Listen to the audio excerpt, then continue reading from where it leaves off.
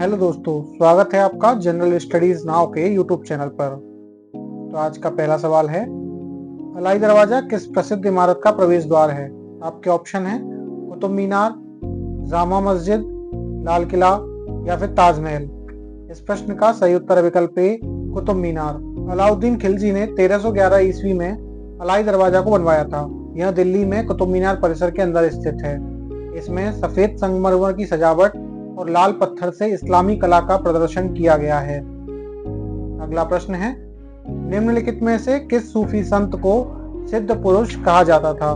आपके ऑप्शन है बख्तियार काकी, निजामुद्दीन औलिया, फरीदुद्दीन गंज शंकर या हमीदुद्दीन नागौरी। तो इस प्रश्न का सही उत्तर है विकल्प बी, निजामुद्दीन औलिया। निजामुद्दीन औलिया भारतीय उपमहाद्वीप क्षेत्र के सबसे प्रसिद्ध सूफी संतों में से एक थे। उन्हें सिद्ध पुरुष के साथ हजरत निजामुद्दीन महबूब ए इलाही के रूप में भी जाना जाता था। वह चिश्ती व्यवस्था के भी एक सूफी संत थे। उनका मकबरा नई दिल्ली में स्थित है। अगला प्रश्न है, निम्नलिखित में से कौन जीवन की आधारभूत इकाई है? आपके ऑप्शन है कोशिका, डीएनए, माइक्रोकॉन्ड्रिया या फिर प्लाज्मा। इस प्रश्न का सही उत्तर विकल्प ए, कोशिका। कोशिका जीवन की आधारभूत इकाई है। सजीव एवं निर्जीव का निर्धारण जीव कोशिका की उपस्थिति एवं अनुपस्थिति से ही होता है। जीव के लिए कोशिका ही मूलभूत रूप से संरचनात्मक एवं क्रियात्मक इकाई होती है।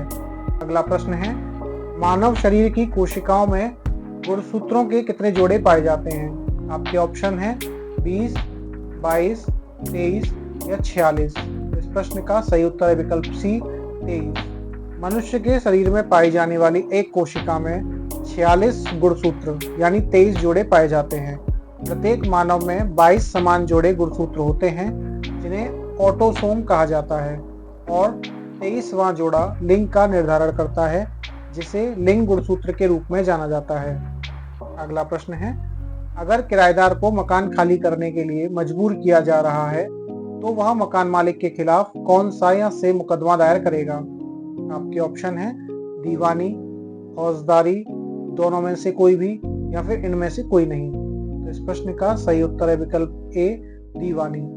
यदि किराएदार को मकान खाली करने के लिए मजबूर किया जाए तो वह मकान मालिक के खिलाफ दीवानी मामला दर्ज करवा सकता है, लेकिन यदि इस दौरान मारपीट भी हो जाती है तो दोनों मामले दर्ज हो सकते हैं। अगला प्रश्न है, भारतीय संविधान के अंतर्गत संपत्ति का अधिकार है।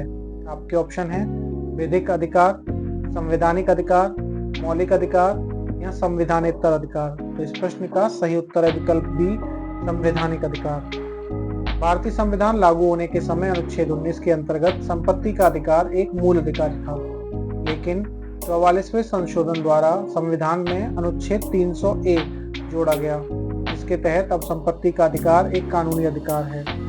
अगला प्रश्न है, बंद अर्थव्यवस्था वह अर्थव्यवस्था है जिसमें मुद्रापूर्ति पूर्णतः नियंत्रित होती है, घाटे की वित्त व्यवस्था होती है, केवल निर्यात होता है या ना तो निर्यात होता है और ना ही आयात होता है। तो इस प्रश्न का सही उत्तर है विकल्प डी, ऐसी अर्थव्यवस्था में ना तो निर्यात होता है और ना ही आयात होता है।